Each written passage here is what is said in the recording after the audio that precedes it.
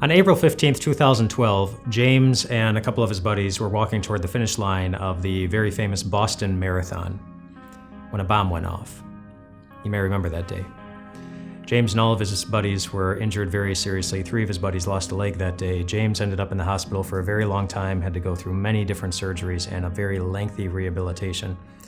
James admitted that he had a very long stretch when he just did not see, he didn't feel that he would ever see or feel anything good ever again in life. He was pretty down in the dumps. And he's not the only person who can ever feel that way.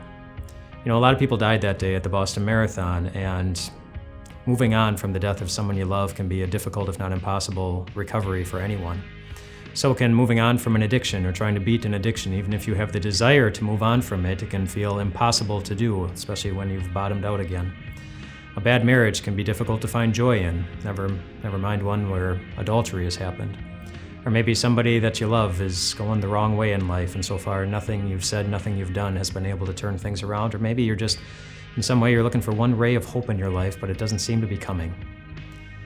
But just because you can't see how something is going to happen doesn't mean that it can't.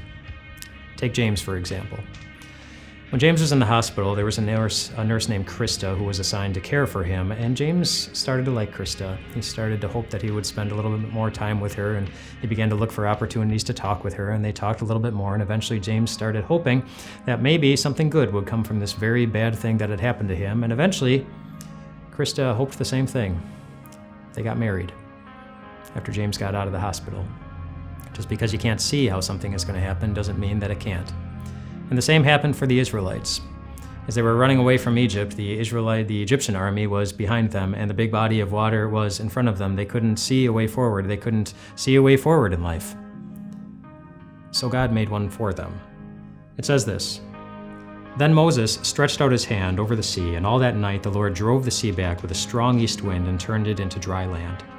The waters were divided, and the Israelites went through the sea on dry ground, with a wall of water on their right and on their left."